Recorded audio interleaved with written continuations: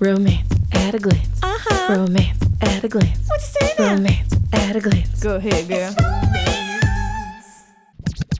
So we want to shout out our new listeners from France, Germany, New Zealand, Australia, South Africa, and of course our dear friends in Los Estados Unidos. If you want to support us, head over to Romance at a Glance on Patreon, where we have such perks like Stickers, a surprise box, an exclusive discussion group, and more. ooh. So thanks for listening, and now it's time to get nasty. Romance at a glance. Romance at a glance. What you saying now? Romance at a glance. Go ahead, girl. Well, hello, dear listeners, and welcome back to another episode of Romance at a Glance. I'm your host, Bridget. With me, as always, is my co-host, Shawnee. How you doing today, Shawnee? I'm doing great, Bridget. Are you ready for Lover Enshrined? Let's get into it. Okay, I just want to start off by saying that I don't like Phury. I just wanted to get it out of the way because it has really been hanging over our heads as a friendship. And it has been very hard for me not to tell you this. I know that in past books I have told you I think he's a snooze fest. I was hoping his book was going to be illuminating. And it was illuminating in a direction I did not like. Bridget, like, sometimes when we agree or disagree, like, I'm always waiting, like, when's the day we're going to really disagree? Today's not that day. Okay. Phury is beyond a snooze fest for me. And I, like, the last book, I was like, ooh, it's a book to get to the next book. And normally this book to me should be the next book that it's getting to. But this for me was just like, dear God, can I just get through this so I can get to the next book? You tricked me because I literally thought you were going to be like, today's the day. I love Phury. And I was about to be like, my mind was about to literally explode like a watermelon with a hammer. You like how I did that? I did like how you did that. Okay, well, let's catch the people up. Okay. So this book is about Phury and Cormia.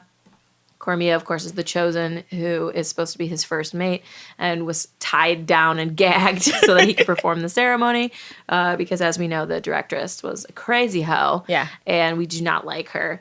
And Phury thankfully recognizes that she's not into it and does not rape her on accident. And yeah, and so he takes her back to the Brotherhood's mansion and thus unfolds the rest of this book. So that's what happened at the very end of the last book, kind of setting the stage for this book. This is book number 6 of the Black Dagger Brotherhood. Paranormal romance, of course, vampires. If anyone's on board with vampires, biting, sucking, loving. I'm on board. I'm on board. Doot. So on board. Here's one thing that we haven't actually talked about, and I want to briefly talk about it at the beginning. Okay. Because I just think it deserves a little bit. So if you guys don't know yet, Shawnee is an avid listener of her books, whereas I am a reader of my books. And we have yet to talk about the narrator who actually narrates the whole series. So tell me a little bit about the narrator of this series. Okay, so Jim Frangione, he's the narrator. And honest to God, I mean, I listened to him a long time ago, and he didn't bother me. So he never stuck out. But when I was listening specifically to see if I liked him, because a lot of readers on Audible do not like him. Yeah, some of those comments are vicious. Then when I actually was like, oh, he does kind of bother me a little bit, but only when it was pointed out. Like in the beginning, he was just like a general. He didn't add. He's no Stephen Fry. You know how I love Stephen Fry. But I do not like how he mispronounces certain things. And there's a few things over the course of the books that he mispronounces, and I don't know how no one caught it. And you know how I feel about him saying two-pack. Two-pack. Like the rapper. Two-pack. Shaker.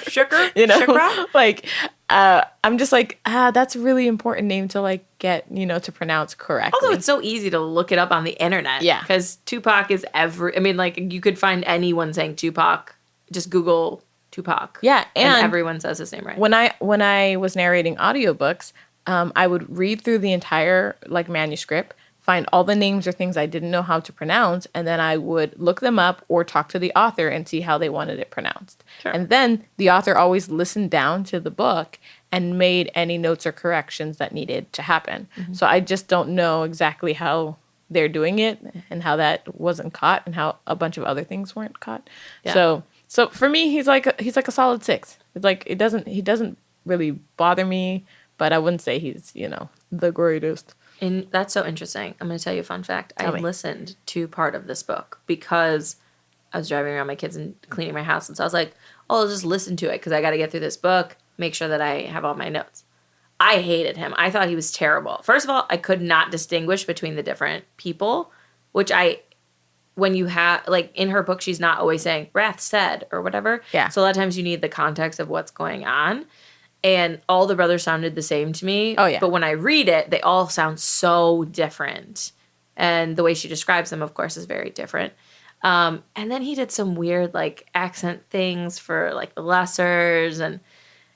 But my general thing, which a couple of the Audible things I looked at said, is that he's very boring. He's very monotone. In a series that's very exciting, I would say, and very, like, world building and interesting. There's vampires and, like, a lot of heat and passion, and he's just reading. And then she licked his neck over his pulse point, and I'm like, that's it?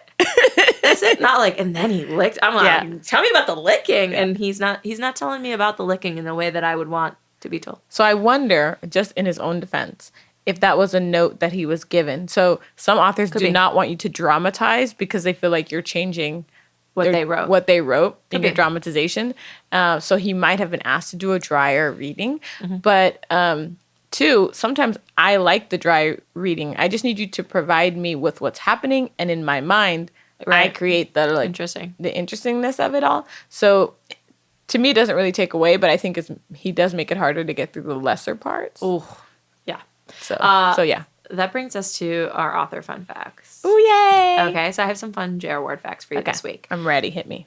J.R. Ward does not consider herself creative. Really? She considers herself a businesswoman, and that she is in the business of creating an experience in each of her books that is reliable for her audience and delivers what they want to hear, which is a happily ever after story wrapped in this world.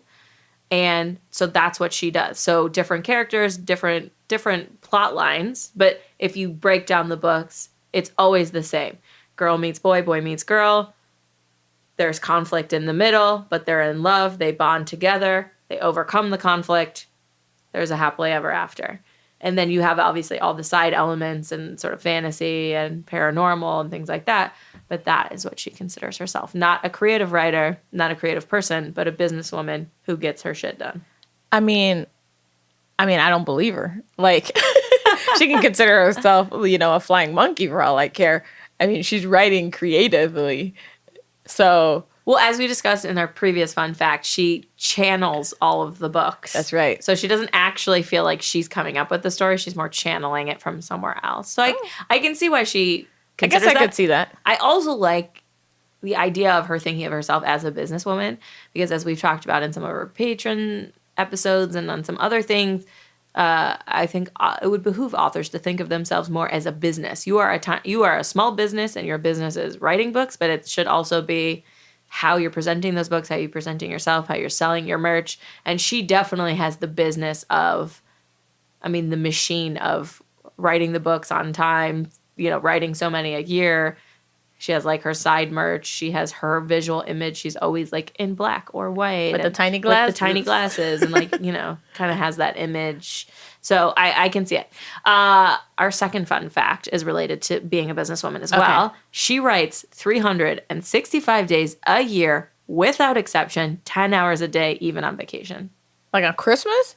Every day of the year. Without exception, huh? Without exception. I don't know about the 10 hours a day being every day. Maybe on Christmas she writes 5. But I do know she says no breaks, even on holidays. She always is writing. Does she say it's consecutively, like the hours are consecutive? She did not say in the interviews that I read. She must be a fun mom. I think she's just like, I think honestly she treats this as her job. And so she wakes up in the morning, she probably has breakfast with her husband and her kid, and then she goes into her office, sits at her computer, writes all day long, probably breaks for lunch. Okay. Actually, I know she breaks for lunch because she eats with like 2 of the people who work at her house, and then some of the characters from Bourbon Kings were based on them. Oh, really? Which is nice. That's a side fun fact. I wasn't planning on telling you that one, but side fun fact. I actually really like that a lot. She has a daughter. She's a beast. And so I guess my thing is like, how much quality time are you, and I'm being super judgy right now, but like, how much quality time are you spending with your family if 365 days you are working that much? That includes the weekends. You know what I mean? So, I think, it depends on the hours, I guess. Age, I guess, also of your kid. But the kids go to school for like 6 hours, kids right? they go to school for like 8. 8 hours? Yeah. Okay, well then I guess They're gone like 8 hours. So, I mean, really, you're only, maybe then she's waiting till after bedtime and then she writes another 2 hours. I don't know what her schedule is. First of all, how do you switch But your brain like that? Think That's about amazing. a lot of parents go to work they leave for work at 8 and come home at 6 or 7. I mean, that's 10 hours right there.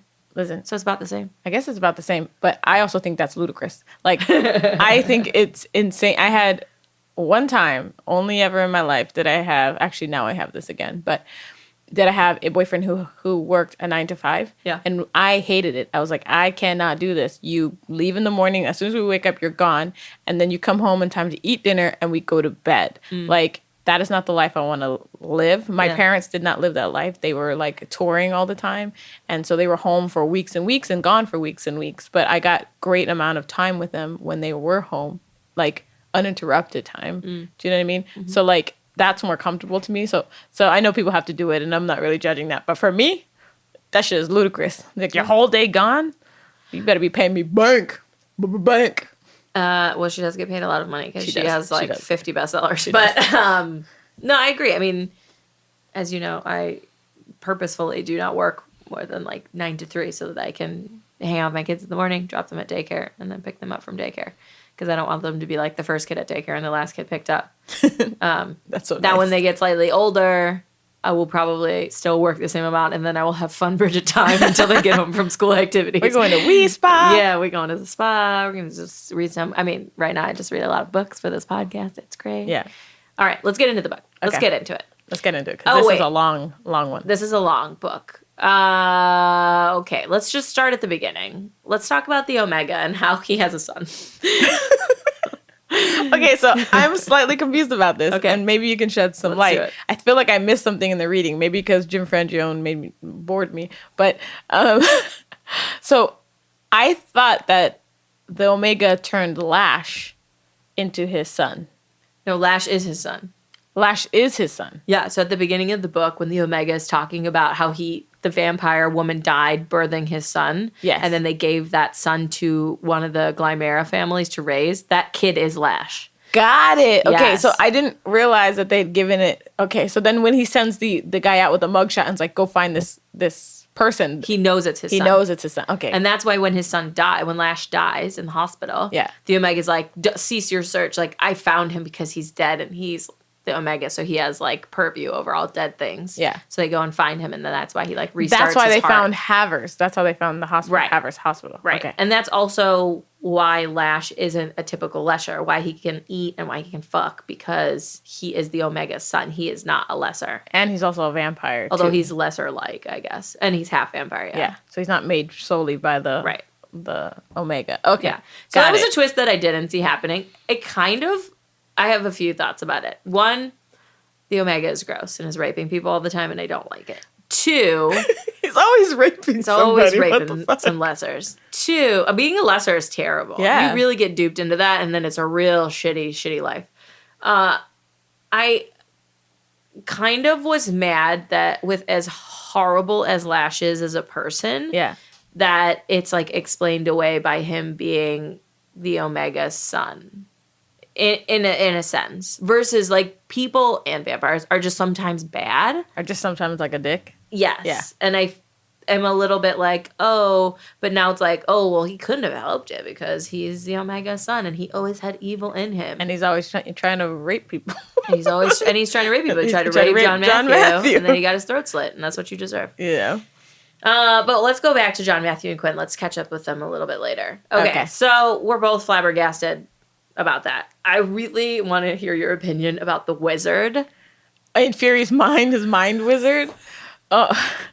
Okay, so I'm not gonna lie to you. I think that the narration could have done a little something with the wizard because, but maybe because it didn't, it also worked really well because Phury's thought process and the things he was saying would go in and out of the wizard, shit talking him. So the wizard is essentially like not your conscience, but your devil on your shoulder. Sure. So it's like the devil in Phury's mind. And he talks about when it first appeared when he was, a kid or when he was younger. And so the wizard is just basically every bad thought you'd ever think about yourself and Right. every doubt you'd ever have. and whatnot. But the wizard was really getting on my nerves. I hated it. I hated it. First of all, we've never been introduced before. Yeah. So when it came out, I was like, this is fucking weird. Because we've been in Phury's point of view in every single book so far. And then all of a sudden there's this wizard.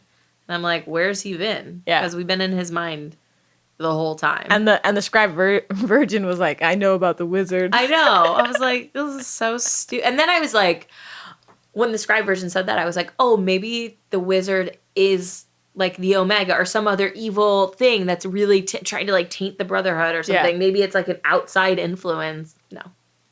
I feel like not. I feel like the wizard. It's his negative self-talk. It's his negative self-talk, and I feel like it's either he's self-medicating it with his addiction to drugs, or they're both like codependent. The wizard and the drugs come together, you know, to create that like overshadowing, you know, creature that's always on Phury's back. Yeah, because he does say that when, and it's, I mean, honestly, it's almost like any sort of addiction or any sort of negative self-talk. It's like once you recognize that you're more powerful than your self-talk, you're like, oh, I'm in charge of my own destiny. Yeah. And that's kind of the realization that Phury comes to, is like, oh, you're weak and you lied to me and you're not real and I'm real and I can do this and be a good man and kick my addiction and go to you know, AA. But damn, it took him a long time to get there.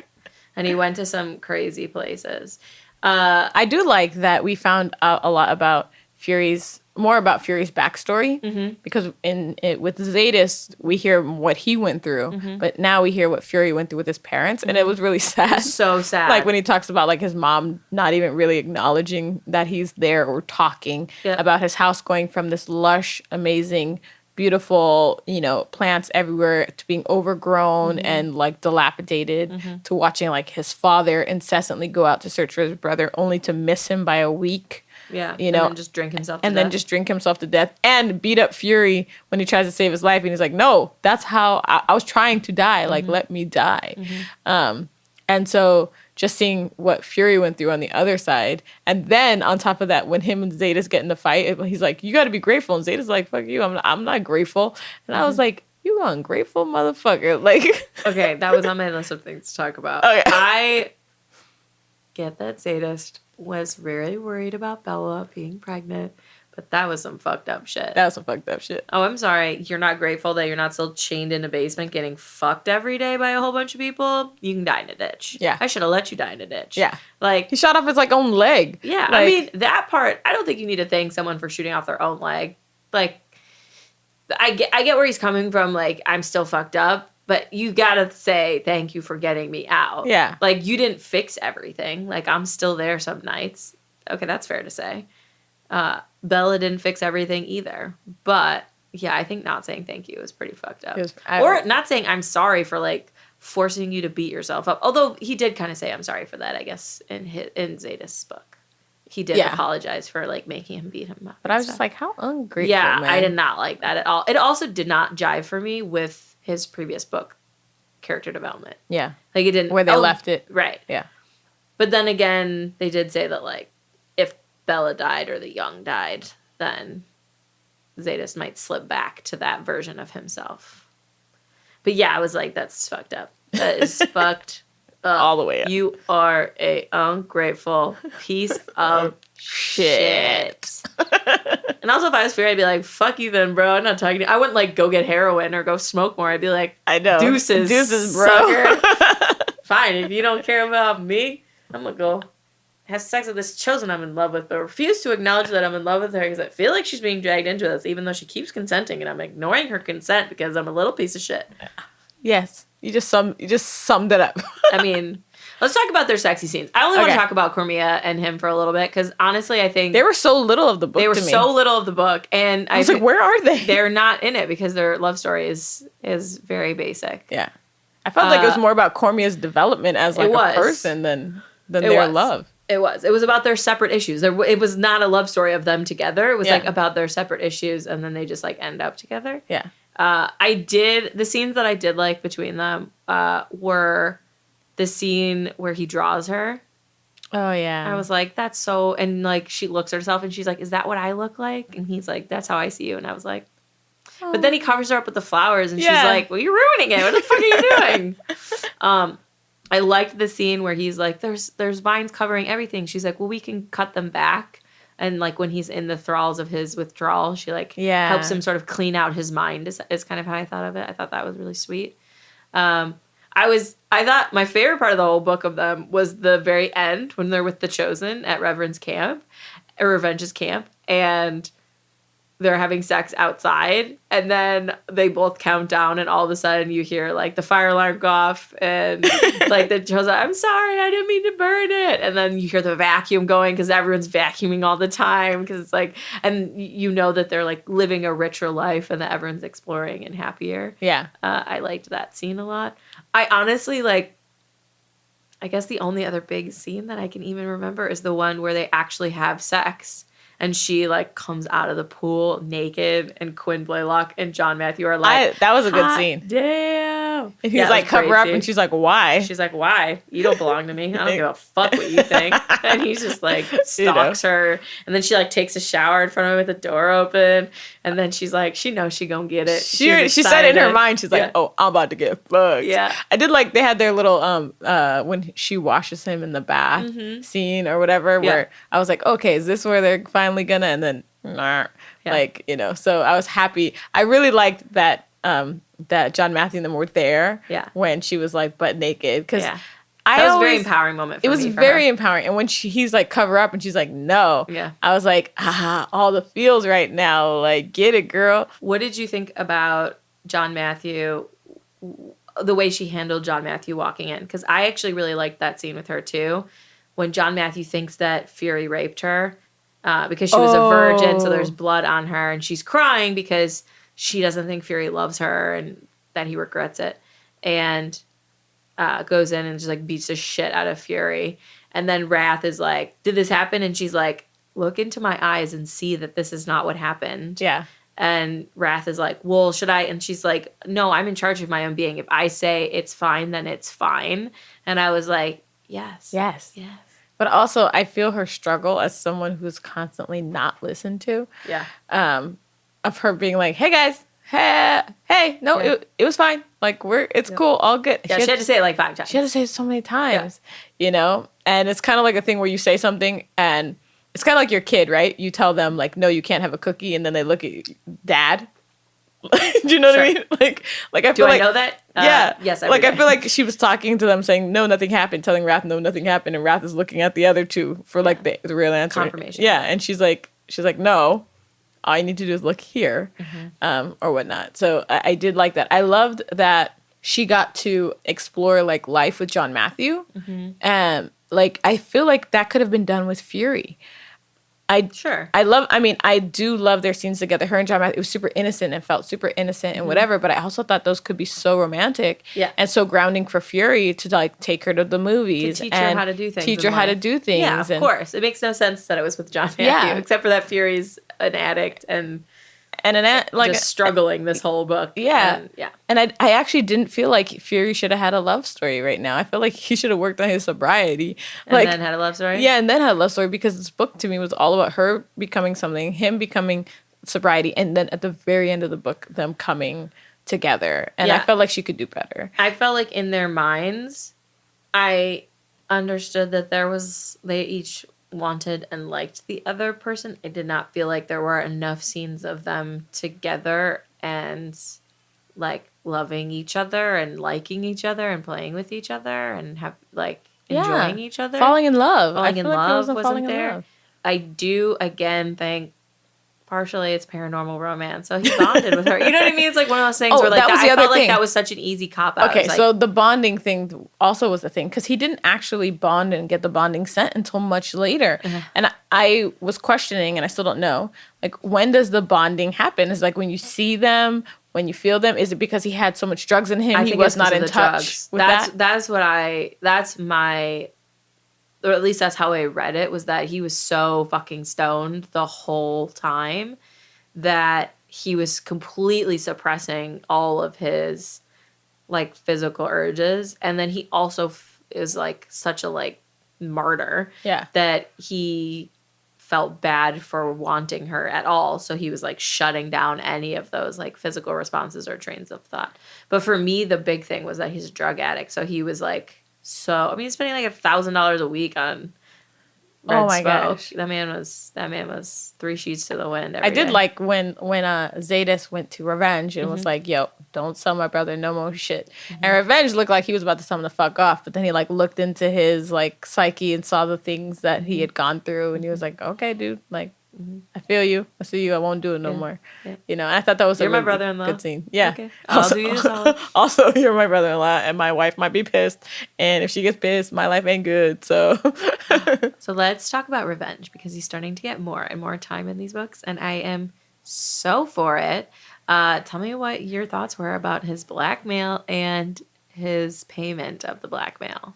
well, there was so the blackmail is that he has to go to this other sympath queen or woman who she's keeping his secret that he is living as a sympath out in the world, and he has to go have sex with her any way like she wants, kind of once a month, which and Zex, it's because of Zex. So Zex did something that they don't specify, but in order to cover it up, he does this for her every month. So Zex feels like hugely responsible for this.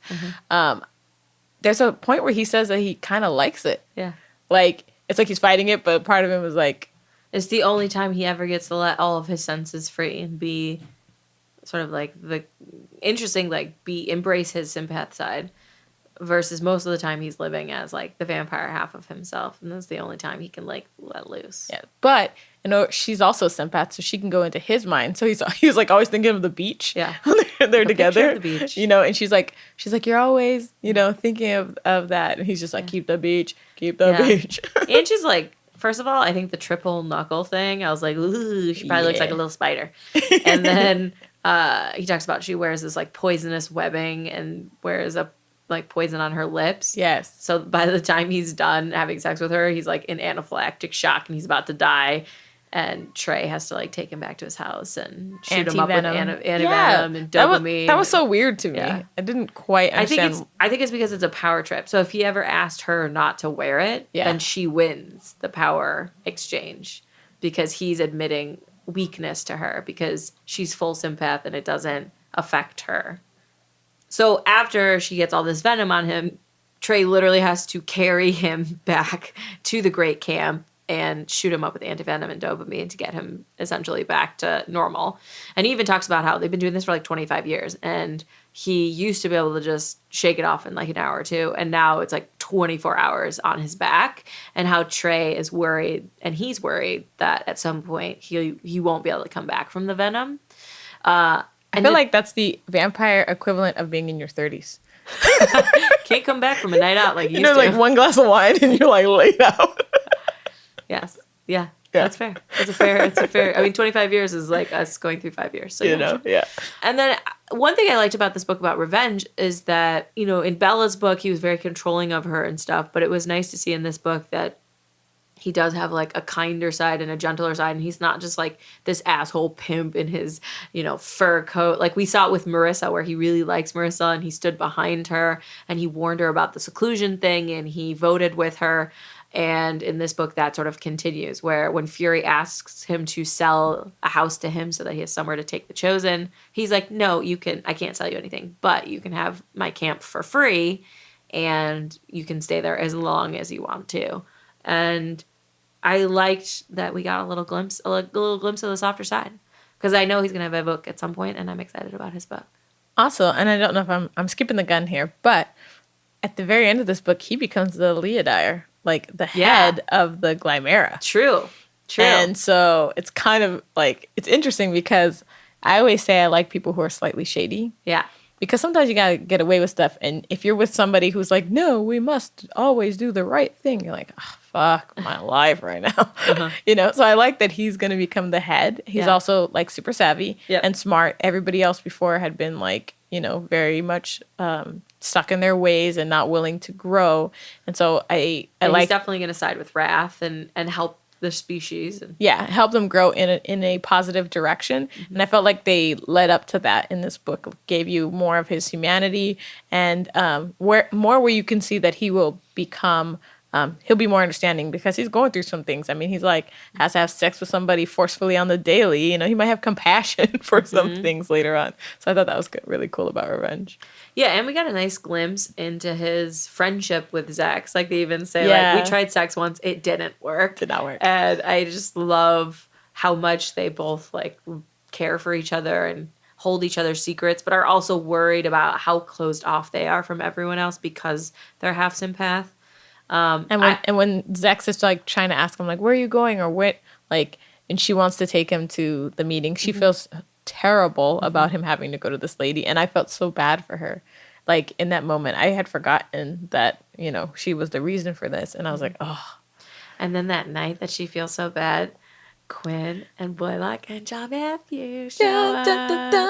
Oh. We're going to take a quick break. And after our quick break, we're going to come back and we're going to get into it. Oh, let's make this break so quick. What happens with John Matthew and Zex. Hello, best friends. Thank you for being loyal listeners of Romance at a Glance. We're so happy to have you. If you'd like to support us further, head over to Patreon, where you can become one of our patrons. We've got a lot of great perks, such as merch and a super secret discussion group where Bridget and I talk to you directly about all things romance and all things nasty. So come on over. And now, back to our show. Okay, this is what happens. The hottest shit ever. This whole book, I thought was real vanilla. Not a lot happening in the old Cormia Phury scene. Yep. But John Matthew, he's giving Zex, and she's giving it to him. Wait. The business. Okay, wait. Let me just take it one step back first. Sexy, pre-business to the business. Business. The foreplay to the foreplay. Okay, but wait, Bridget, wait. Okay. It was hot. I'm going to let you talk about this, except I just have to mention one scene in this book early on. Okay.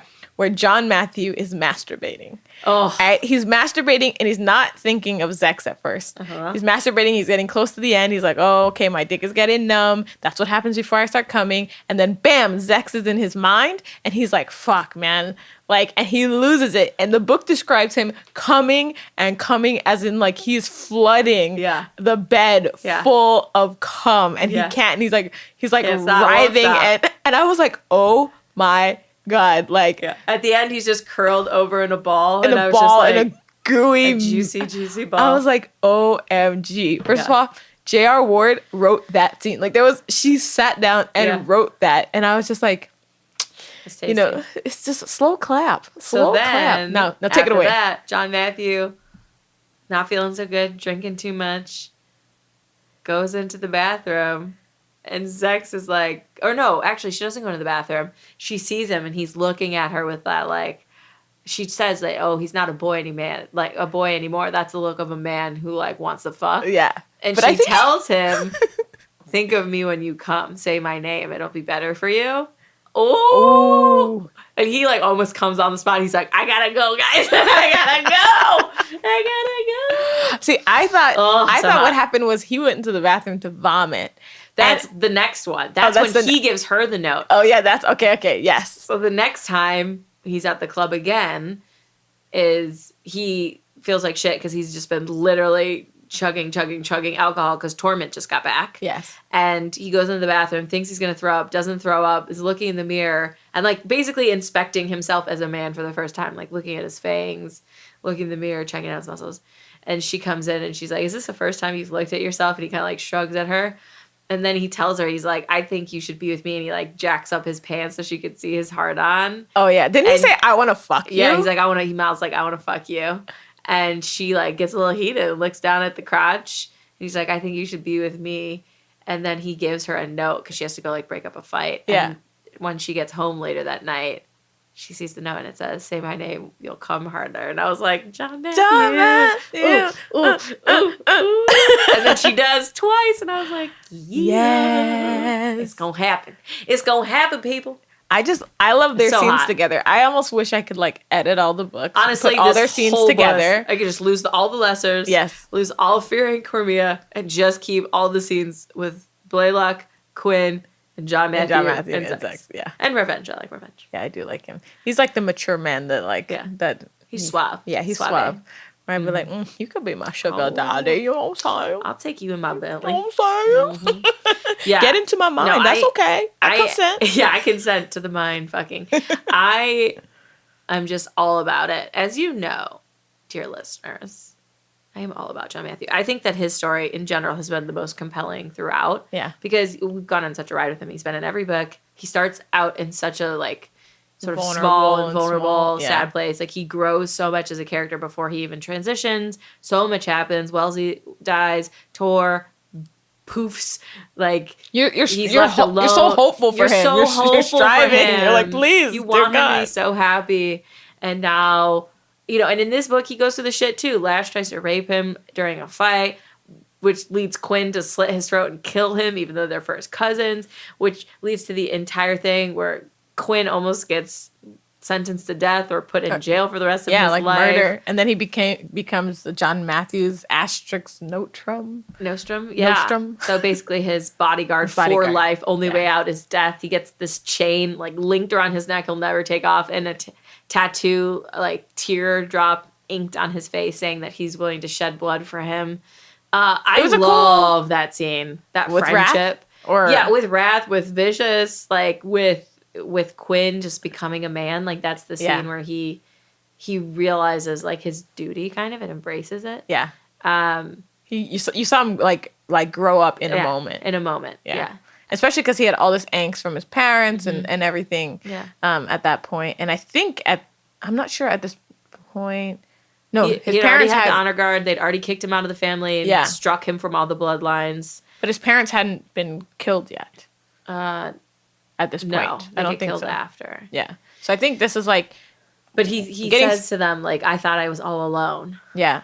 And now he's like part of something forever, and he's like a part of John Matthew and the Brotherhood. Yeah. And I was so for it. And that's kind of the only way he could get into the Brotherhood at that point because his mom's not a chosen. Yeah, they couldn't allow him in, so it was cool. So now they get to like all be together. Also, I did not know happened in this book. Let's talk about Quinn and Blaylock. Please. I did not realize that this book is when the romance starts. The romance starts when he told him that he loved him. Yeah. And I was like, I forgot that he told him that. I was so anxious for their book. Oh my gosh. Because their book happens much later. And every book after this one, I was like, this is the book that's going to be about Quinn and Blaylock. And then it wasn't. And I was like, motherfuckers.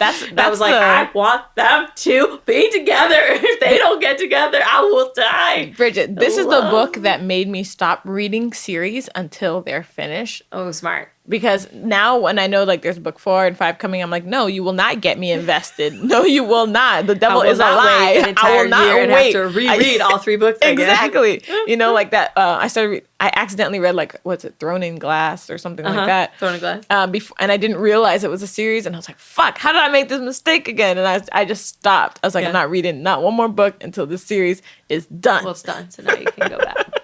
That's quite good. Which I forgot the first book, so now I gotta read it again. You gotta reread it. You always gotta reread it. I thought the way that they portrayed their friendship so far, the whole series between Quinn and Blaylock has been lovely. Mm-hmm. How much they're like a part of each other, and there really is like one isn't going anywhere without the other. They're always together. They've always been together.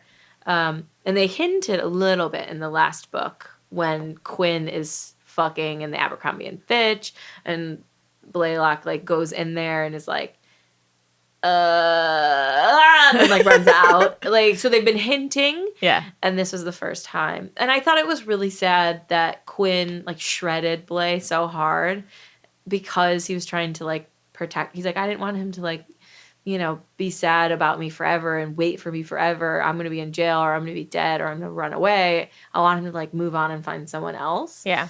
And John Matthews like, are you that important? He's like, yes, I am. Don't ask any more questions. He sure did, though. Yeah. But he also says he's not gay. I thought it was so sad that he thought he needed to do that because poor Blay. His little heart. First of all, Blay, in my mind, I don't know how you see him. I know that he's like a big dude and he's, one of these fighters or whatever. But he is so soft in my mind. So soft. Like, I don't know who the equivalent of him as like a person would be. But like, like his emotions for me are always so openly like a free flowing, well. I just imagine him being this giant teddy bear or whatever. And so when that happened, I was just like, oh my God. And he had the room set aside for Quinn, and and I was just like, He's what? like, no, you can stay here forever. I'll protect you forever. Which I did think was really cool of Blaze's parents, who were like, because Quinn was like, I can't stay with Blaze anymore because his parents would be ostracized, and his mom was like, no, you can stay with us as long as you want. We don't care about that shit, totally. And like his dad I didn't realize he used to be a fighter. Yeah, which is cool to find out when he's like, he sees his dad fighting and he's like, yeah. I mean, I just love their story because so first Quinn shreds Blay because he wants Blay to forget about him basically while he runs away, but then he decides to turn himself into Wrath, and he basically says, like, even though everyone has said something's wrong with me because my eyes are mismatched, like, I still have my honor, and I don't have to give that away. So he goes, turns himself in. It all ends up fine. And John Matthew is like, I know something is up. We are going to go to his house, and we are going to find him and tell him what happened, and we are going to figure this shit out. And then they thankfully go because that's when the Lessers show up. So they're able to save his parents. Yeah. Which, let me just say, is like one of the things that was so frustrating to me about the book, but it was great because it is how Revenge became the leader, was that they knew that after Haver's hospital had been attacked, that everybody's homes now were up for grabs for the Lessers, that they had the information or could get the information to get to anyone. They were compromised. Right. And they tried to tell everyone, hey, go to the safe house, get out of your house. Like, you're not safe there. And people were like throwing parties. They're like, oh, nah. It's fine. You guys are over exaggerating. It's going to be fine. Yeah. You know what I mean? And then they all died. Which is like survival of the fittest, really. Yeah. So it's probably better and like less frustrating for me in the future books because I won't have to deal with like a really dumb Leodire and council, Mm-hmm. But like, even and Quinn's family gets killed as well. Did Lash specifically went and killed Quinn's family, right? Because he was looking for Quinn. Yeah, and so it's like, which is fucked up too because they're his, like that's his aunt and uncle and his other cousins. But he killed his own family, so. Well, and that scene is so beautifully described, like with the parents like propped up at the dinner table and the Dogan, like. And then them going back there, and she describes the smell of it, and even the Lessers are like, ugh. And then they send off some of their air freshener scent to like, Like, and I was like, that must smell like like roses on a turd. Yeah. Like, but I did like how she described that scene. Totally. This is the only time that I've ever been like, oh, this is interesting, Lesser stuff. Yeah. But even so. But like, John Matthew and Quinn go to the house, up into his room and steal Lash's watch. But I don't think they knew what was downstairs until John Matthew came down and he sees Lash. And then he doesn't believe he actually saw him. He's like, that must have been a dream. Lash is gone. Yeah, like the book ended and I was like, oh wait, he still doesn't know whether or not he saw him. Yeah, and I cannot remember how many books Lash is in. Like, I cannot remember if like the next one closes him out or if he's in like the next 5. Yeah. I could not tell you right now until we get to those books. And he's such a punk kid. He's like, my father, I can do this because my father, like my dad's son. Like, even with the other Lessers or people he's recruiting, he's like, I'm your motherfucking king. And all the other Lessers are like, okay. Okay. He's like, I can fuck. Yeah. Like I can't, I mean, I do have to say though, if I was sentenced to immortality and I couldn't eat food or have sex, I'd be like, what did I sign up? And then I'm getting raped all the time. I'd be like, I was sold a false bill of goods. I can tell you right now, I did not sign up for this. That's terrible. I wonder though. I don't know exactly what happens when they get sent back to the Omega, right? So when they get just like being tortured in hell is what they describe. Is that what it is? Remember that one guy in the last book, he wanted, or in 2 books ago in Butch's book, he wanted Butch to inhale him. Yeah. But then he was for some reason the only one that Butch couldn't inhale, so he got just stabbed back to the Omega, and he was like, no, because it's like hell? Yeah. Oh, okay. I wasn't quite sure. And it's weird because the Omega is like raping people in this book, but the way that they describe it was that Mr. D said that the Omega stepped into his body and did all sorts of things. And I was like, so it's not even like he's penetrated like, like a dick in your butt or something like that type of rape. It's like he literally put his entire essence into Mr. D's body. And then he said that he was like left bent over, not being able to stand up straight and leaking. That description for me is so visceral. I do feel like it's anal rape, though. I mean, I feel like, Because if you're leaking, I always assume it's like blood leaking out. I thought it was like cum or like black jizz. Or black jizz or both. But they never really say. They just say leaking. Oh, I just got the shoulders. I think she does do a good job of making the Omega seem crazy. Really scary. And I love how proud he is, though, of his son, proud. though. He's like, this is my son. My son. Yeah, he's so proud. You know? But she gives him a weakness, really, which is kind of good, because before I didn't feel like he really had a weakness. And I also don't know what the fight is between them, the brothers and the lessers. Like, why? He actually says it in this book. So he was not granted an act of creation. His sister was, the scribe virgin. She created the race of vampires. He decided, because he wasn't allowed to create, that he was just going to try to ruin her creation. So he figured out how to make lessers, which is not an act of creation so much as it is like him giving a small piece of himself to keep, them alive and stuff. And so he did it basically to spite her. I got it. Yeah. I mean, I heard that, but I was like, what? It's like this race between good and evil, but why? Like, what's because he's good. He's evil and she's good. Basically. I mean, gooder.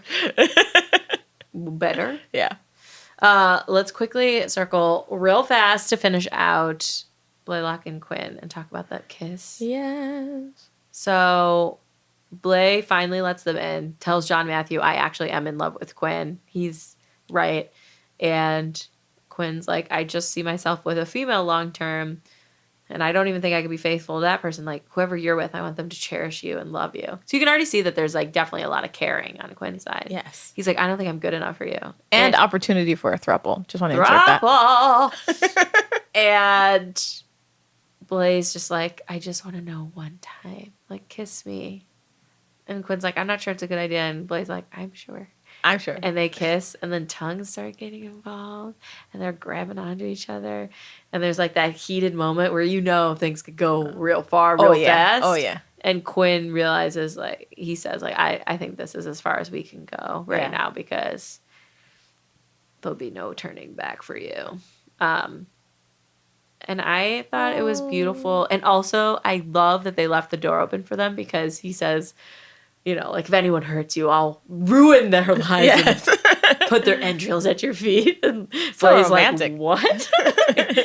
And he also tells John Matthew, like, oh, yeah, I have sex with guys. Like, I'm totally fine with that. Yeah. And Blay's like, I'm gay. Are you guys mad at me? They're like, no, we don't care. It's fine. Wait, so Quinn said he'd have sex with guys? Uh-huh. Yeah, okay. Quinn's like, oh, you didn't know I go that way? Yeah, I'll have sex with guys, too. Oh, okay. Oh, yeah, you're right. Yeah. Okay. So he's like, admittedly bisexual. He just tells Blay, like, I think I'll have a Shelley. And Blay says, he, like, calls him out. He's like, is this because you think you'll be more acceptable? Because, like, you have mismatched eyes. You've never felt like you've been accepted. Yeah. And he's like, no. And Blay's like, That's right. I remember now. Yeah.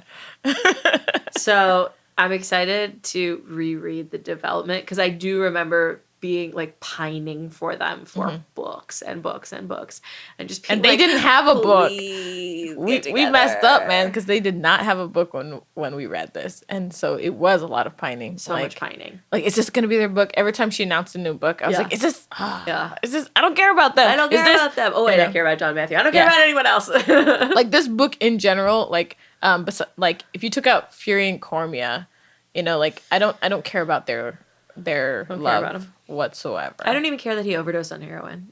I was like, well, whatever. He annoyed me. I was like, go gently into the fade. Yeah. Fade away from us. Thy brother. Like, bye-bye. You're out of the Brotherhood. You're out of my life. And also, like, he had Cormia, and then he went to the Chosen, and he was like, oh, I'm not gonna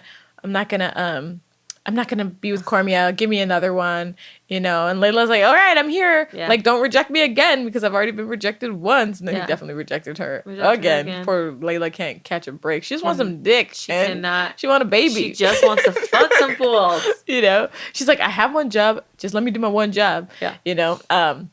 And then I really like that is the directrix is Amalia. Mm-hmm. She a new directrix? Yeah. Right? Because remember in the last book, he figured out... So, weirdly, in the last book, I feel like he was already in a better place. And I feel like in this book, he really slid down again. Yeah. Because in the last book, he realized that it was like she shot Vicious. And he was like, no, I'm that primal. Like, I'm in charge. And you're fired. And then he asked her opinion. Like, oh, and she was like, oh, how about Amalia? And he like takes her thing. And they had this moment. And then this book is like 6 months later. And all has happened. And he's just been smoking. Because the last book, remember, they like slept in bed together one night. They had the cuddle. And then he had the cuddle resolve, and the jizz on her. And she was like, this is cool. And then I was like, why hasn't it progressed? Yeah. Nothing progressed. The one thing I did like, it kind of gave me a different insight into the scribe version, was when him and Cormia decided that they were going to, redo how the Brotherhood is set and redo how the Chosen have a choice now. So he went to the scribe version and was like, hey, we about to rearrange this, this stuff. And it was interesting because the scribe version, I can't say virgin for a minute, because the scribe virgin was like, well, okay. She was like, I saw this coming, and so it gave me a little bit more, I don't know if, leeway for her when sometimes she does things that I don't understand. I'm like, why would she do that? That don't make sense. But maybe it's because she's just seeing so far ahead sometimes that she knows that something has to happen in order for... She sees, like, what current path they're on. Yeah. And realizes that something needs to change. Yeah. So I feel like she kind of says that. She's like, oh, yeah, I foresaw this and things do need to change. And she doesn't really fight him on that at all. Yeah, I also thought the point he makes, which is like, you created us, like, now let us be free. And let us show you that we're worthy of, like, worshiping you and stuff. Which I feel like a lot of parents could really take a page from. Which is every 20-year-old. It's like, you created this life, like... Now trust them and let them flourish or let them fall, but like trust that they're gonna do it. Yeah. I really liked that sentiment. That's like when we were talking the other day about like as a postpartum doula, my job is to work myself out of a job. So if by the time I leave the home the parents aren't self-sufficient, I have not done my job correctly.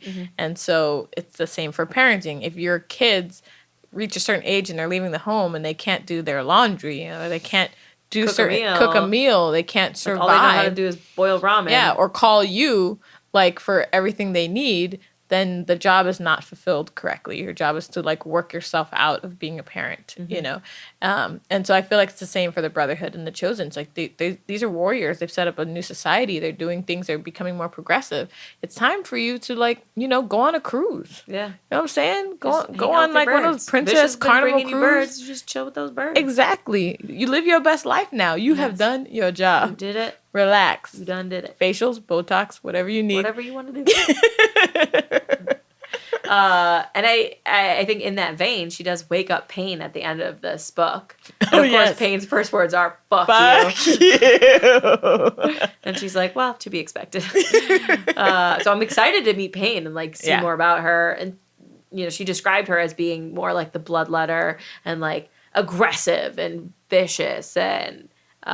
so I'm excited to meet her because those are not characteristics typically given to females, and definitely not to females in this series. And like Zex is the only sort of masculine attributed female in this series. Is Pain hooked up with Manny Manillo? Is that her? That's gonna be hers. Yeah. Is that who? Spoilers. Oh, spoiler. I mean. If you're listening. This whole thing is a spoiler. This whole thing. Did we not mention that at the beginning, an hour ago? We never give spoiler alerts. It's just, you should know. If you got to this episode, you should know. We just tell all the things. Yes, it is Manny, though. I do not remember how they get together, though. Not at all. But I am excited. Oh, I totally do, but I'm not going to say it. Okay, don't say it. I don't remember. But anyways, I'm excited to meet her and get into her character more. And I did, like a couple quick other things, like, again, by say quick things. Let me start over. I just said 18 words at once. A few other notable things that happened in this episode, and by episode I mean book, is Torment comes back. Lassiter brings him back. So he was like living very sadly on deer blood and basically thinking like, oh, if I give the least amount of effort possible in keeping myself alive and then die, it's not committing suicide, so I can still go to the Fade. And I was like, I think that's a really fucking thin line that you're running in your logic.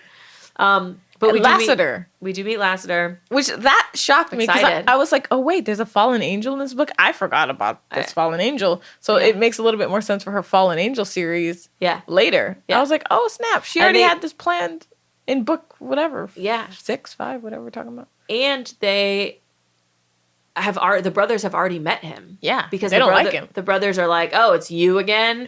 We don't follow your religion. And I'm like, whoa, what is happening? And God real? Is Jesus real? Oh, my brain is exploding. But then he also like wants to move in. He's like, okay, so I'll give you Tor back, but you have to take me too. And they're like, nah, dog. Like, not gonna happen. He's like, sorry, I'll kill us all. Yeah. That's Lassiter. I'll just kill us all. Won't you test me? Which I also was like, if you have the power to just like kill everyone right now, like eviscerate everyone. Yeah. Then it's like, you can't find a place to stay? Like an Airbnb? Well, remember, his fate is tied to Torment's. So he has to stay because his fate is tied to Torment, like coming back to life, metaphorically, not like literally. He's still alive, but like coming back to his full self. Yeah. So does Lassiter have a book in the Fallen Angel series? I don't think so. I think he's going to have a book in the future. Oh, interesting. So I already crisscrossed. But he's a fallen angel, which kind of makes me feel like, does he need his own book? I don't know. I mean, this is an angel. Like, is he going to marry a human? Like, is he going to marry another vampire? I don't know. I don't know. What if he's going to be poly? Maybe he's our throuple. And an MMF throuple, which you hardly ever see. Every time you're on Instagram, it's always like female, female, male, female, female, male. Where are the male, male, females? That was my experience. That's what I'm talking that's about. The experience I wanted. Although mine wasn't a throuple, because they weren't into each other. Doesn't matter. I just want them to be into me. One might say. Yeah, it was a praising. It was a praising of my body. I was okay with it. Oh gosh, that sounds like heaven, Bridget. Very heavenly. I'm living in your dreams right now. Thank you. I guess the only other thing is Phury does get clean after his heroin overdose. Never does drugs again. He goes to AA meetings every week with humans who don't obviously know he's a vampire. Yeah. I actually liked the description. Like I told you, I liked the ending where he's with them in the camp, and I felt like he finally sort of grew up a little bit, and also the wizard wasn't in it as much, and he talks about how hard it is to stay like not annoyed and stay sober and not reach for red smoke. And I liked that her vagina didn't solve all of his problems. Because I do think that vagina. Can we put that on a shirt? Yes.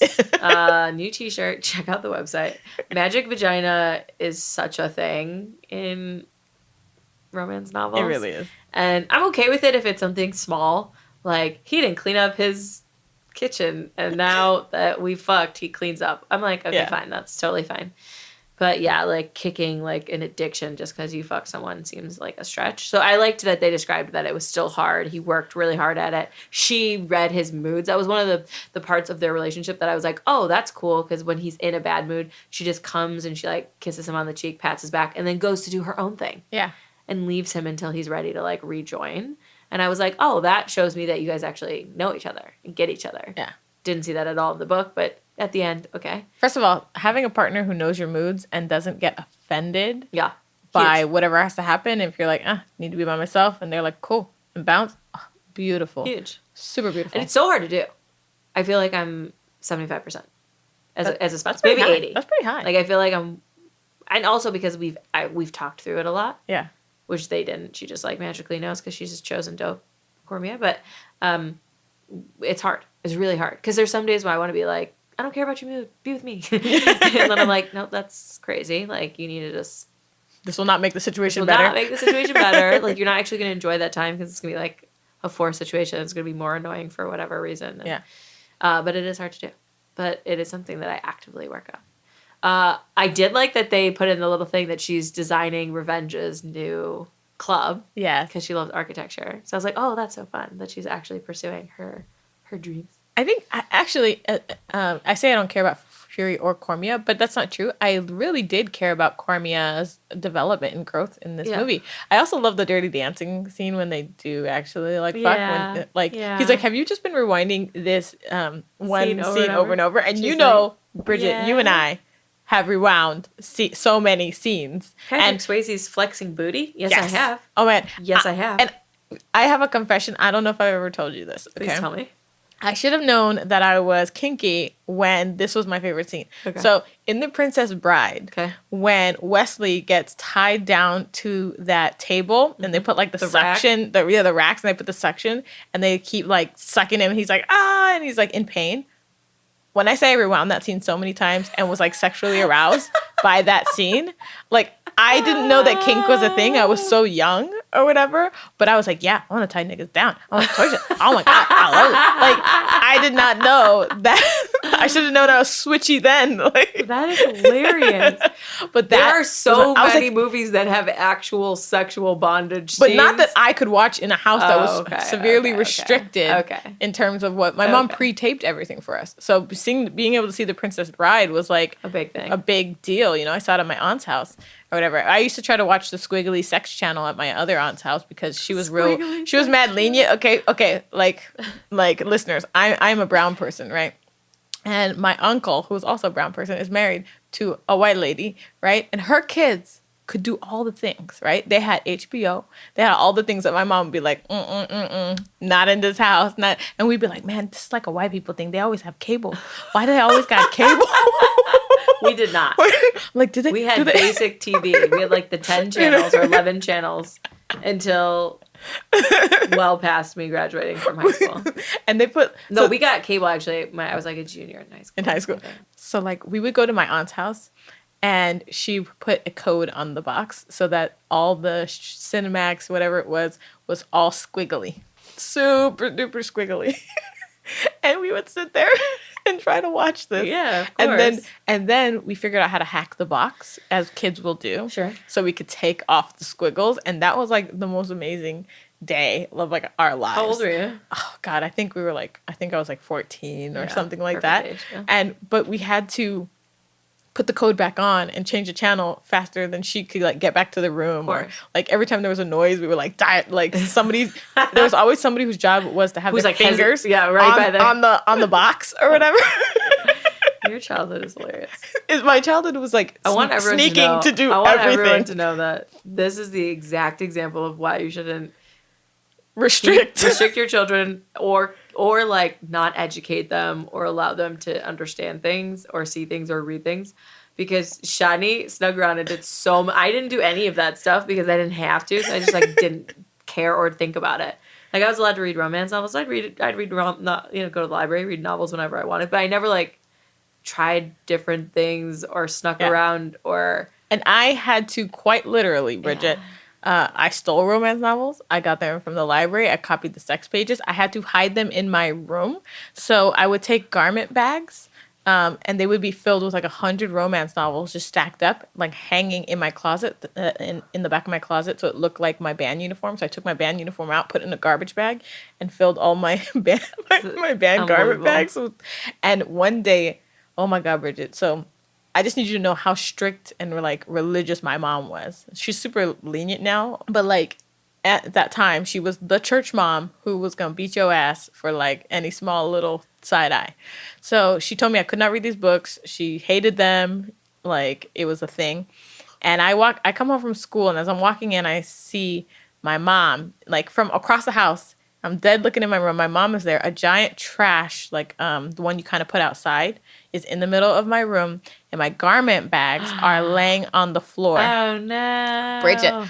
Did you panic? My heart was in my vagina. My heart was in my vagina, and I distinctly remember this to this day. This is the reason why I think like allowing your kids to have their own privacy in their room and my mom would always like go through our room and take everything out and search it like a prison, which which is traumatic, dear listeners. Don't do this to your children. Yeah. But so I walk in the room because I already know it's a fucking prison walk of all time, all shame of everything. And I get in the room and my mom was like, you want to tell me something about these books? You know? And I was like, Mom, I really, I know that God really doesn't want me to read these books. And I've been feeling so ashamed and like convicted that I've been reading these books. So I've slowly been getting rid of them. I've been taking like 3 or 4 to school every day and just throwing them away or whatever. I was like, it's so wrong of me that I read these books. And they will be gone. I promise. They're just like, you can get rid of all of them. I'm not like, I really want to follow God. And my mom was like, okay. okay. And like nothing happened. She didn't beat my ass, nothing. She threw the books away, and that was that. We didn't never talk about it again. And then I found threw them away. Yeah, she threw away. I mean, it was hundred. I stole all these from Walmart. Like, no, she thinks they're porn. She wasn't mad that you were stealing. She didn't ask you like how you got She it. didn't know that I was stealing them. She didn't ask me how I got them. See, that's the other thing. Whatever. If you restrict kids from things like that, you stole shit because. I stole hundreds of books. I never stole anything in my whole life. Yeah, no, totally. I didn't have to. Because you didn't have to. Exactly. And so I just got better at hiding them. So then I had a bucket in the garage, like one of those packing tubs that was under 2 other packing tubs where I hid the books, and then I had clothes and stuff on top of it. And I had a couple Bibles that I put at the top or whatever. If you weren't going to hell for some of the other things, this is it. Oh my God. Putting the Bibles to hide your romance novels. I hid so many things in the Bible, okay? So You're a literal prisoner who's carving out their Bible interior to put other things in there. Okay, so I'll wrap this up with one last little thing, which was the last way I used to get away with reading romance novels in front of my mom was, you used to take a piece of paper or a paper bag, and make a book cover for your books to go to school. Mm-hmm. So I would do that same thing with romance novels. I would just take a piece of computer paper, like cover them up, and I'd write Pride and Prejudice like across it in like marker and ink, like, or The Great Gatsby or whatever. She never was suspicious? She never. I was like, oh, I got to read this for school. She never. My parents would be like, why is there a piece of paper on there? No, because we had to cover our books as a normal part of school anyway. We never had to cover those kind of books, but she didn't. She didn't ask too many questions about it. So I could sit in front of her and read a romance novel, and she thought I was doing homework. And I used to do this all the time. Like, my dad just told me this morning, he's like, do you know I threw out like 2,000 romance novels out of the garage when we cleaned it? And I was like, yeah, sounds about right. And that's after like the 3rd dump of romance novels or whatever. So also, like, you should be in prison for the amount of merchandise you clearly I already told you I have my mugshot up at a Costco when I was like 16 or something. The only way I can relate to that is in class when we were supposed to, I still do, but I would read the book immediately. So whatever, Great Gatsby, I would read it all that day or that week when we get the book for school. And then the rest of the time, everyone else is like reading in school or like going through the teachers asking questions. I would have whatever sci-fi or fantasy or romance novel I was reading inside of my other literature book, like propped up on my table. So it looked like I was like paying attention and nodding along, but really I was like deep in whatever novel I was reading.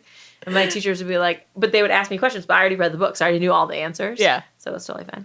Also, as you know, I talk really fast, and I used to help all the kids in my English classes because they wouldn't read all the books, and they would crowd around, and they'd be like, what happened? We have a pop quiz. And I'd be like, okay, this is what happened in the last 3 chapters. And I'd be like, da-da-da-da-da-da-da. And they'd be like, okay, cool. And my whole section would always pass. Because I instinctively knew which parts of the last, like, 3 chapters were going to be important. Like, what's the main themes, what's the main whatever. So I helped everyone pass. You're welcome if you're listening. You're like a talking Spark Notes. I am a talking Spark Notes. Cliff Notes. Spark Notes? What's Spark Notes? Is that Cliff Notes? Is it the same thing? I think they're like the same competitors. Thing. But like we were banned from reading Harry Potter when I was a kid, so my sister told us the entire story. So you were like that for people. 100%. That's awesome. All right, talk to me about the heroine. We talked about her. What's your rating? How many peach booties? I actually gave her 5. What? I know. What a shock. It's super shock. Okay, because I rarely give out 5. But I gave her a 5 because I felt like she was committed to her own self-growth or whatever. And then when she had that moment at the end where she gets out the pool and he's like, put on a shirt. And she's like, nah, dog, you ain't my daddy. Like, I was like, yes, slow clap for you, Cormia. I did like that too. So, like, I felt like she went from being like, Rumspringa in the beginning to really owning her shit at the end. And that's all I can really ask for. Okay. She was right on trend for me. I gave her a 3 because while I totally agree with all your points, I still thought she was kind of bland. She is kind of bland. Yeah. So I gave her 3. I agree with that. What do you think about Phury?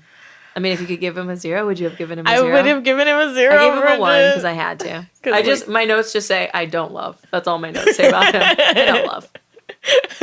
Like, I would give it, like, he's a 1. He gets a 1. He's a McDreary. He's not McSteamy. He's not McDreamy. He's just McDreary. First of all, sad face. First of all, I love McDreary. That is really clever because I just said McWomp Womp. Like McWomp Womp. But yours is like much more like. It's got an E at the end. It's just, it feels more. We should just add that to our list, McDreary. Yeah, like McDreamy, McSteamy, or McDreary. Because I feel like there was one other person that I was a little bit like, about too. Mm-hmm. One of our contemporaries. We had a McDreary before, I think.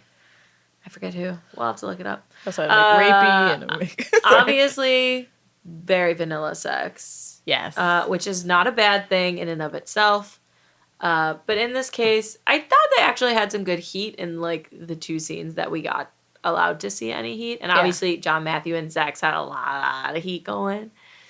I thought we saw so much steamier stuff from everybody but and Quinn and Blay had like some simmer like on the back burner, like, oh, what's this? What's that? A little potpourri? Yeah, but vanilla, it's vanilla. Yeah, it's pretty vanilla. Vanilla. I wrote that I thought basically everybody's scenes were way more interesting and like steamy to me and steamy than theirs were. I totally agree. Bridget, do you have a favorite line in the book? I did. And unsurprisingly, there's 2. Actually, I only chose the second one because I really felt like because it is Phury and Cormia's book, I should give the line to them, but I didn't care about any of their lines. So I chose one for them, which is, she moaned as he pushed inside. He said into her ear, "Good evening, Shellen." She smiled and tilted her spine so he could go even deeper. "Helren mine, how fare thee?" And I was like, now why wasn't the whole book like that? Exactly. Very polite, but super hot at the same time. But my real favorite was, "Just once," Blaze said softly. "Do it just once, so I know what it'll be like."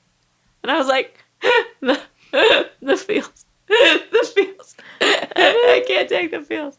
I love that line. I love them. I'm so excited for their book. It takes so long to get there. What was your favorite? Okay, so mine is not like romantic, whatever, but it's, "For fuck's sake, get off the cross. Someone else needs the wood." That was a good one. That was a good one. That was Zetas talking to Phury. Yeah, to Phury. That was a good one. I like that one. There was a few clever. They were very clever. There were a few clever moments. There was, in this book specifically, I felt like there was a lot. Maybe she was getting her groove because I felt like the banter between them was much more interesting. I agree. I do feel like writing wise, it's getting better. Not that the first book was bad, but I definitely feel like if she could rewrite the first book, I think it would be better. Like Wrath and Beth's story would be better if it was like she had written it 5th or something. Yeah. Oh, there was one. I know my other quote. Okay. Sorry. So the other quote is like deeply personal for me. I was like, which is, "I love you forever. Didn't always need to be spoken to be understood." And I thought that was like a very like little feelsy moment. Yeah, very feelsy. You don't always get feelsy with me, but I appreciate the feelsy. I know. I rarely say, well, I always think "I love you" is so generic, like in general, you know? So I try to use other words to express how I feel about people that I feel are more accurate, you know? So to like my partner, I would rather say adore than love because I love pizza, you know? But I don't adore pizza. Right. I'm not in adoration of pizza. Yeah. You know, and so... Well, I think that in love and love are, like, such an interesting distinction in the English language. Yeah. Because, like, I do love pizza, but I'm not in love with pizza. But I'd rather, like, say to my partner, if I'm going to use the word love, I'd rather say, like, when they're walking out the door, I'd rather say, like, "I'm in love with you." Yeah. Do you know? Versus, like, "love you." Yeah. Like, for me, it feels like such a throwaway. And even when people say, like, "love you too," like, that "too" on the end, it weirds me out. I don't know. Like, it's like, oh, I'm saying this because you said it. It's not, like... So generally, if someone says "I love you," like my mom's like "I love you," I'm like "I love you," and it's just that statement. Yeah. I don't know. Words are weird for me that way. That's interesting. I say "I love you" constantly to my children and my husband, and they say it back all the time.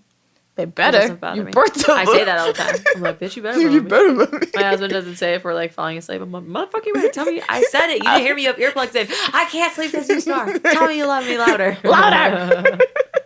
All right, let me tell you my favorite review. It's from Jessica's Totally Over the Top Book Obsession. She rated it 2.5 stars. And it was 2.5 really don't care for Phury stars. And she's like, "Oh God, where do I start with the hot mess that is Phury? This book is the one I like the least of all the books in the series, and that's because I really don't care for Phury. Let me just say that I like Cormia, but I don't really understand how she and Phury fell in love. He totally ignored her for like 6 months, and when they did spend any time together...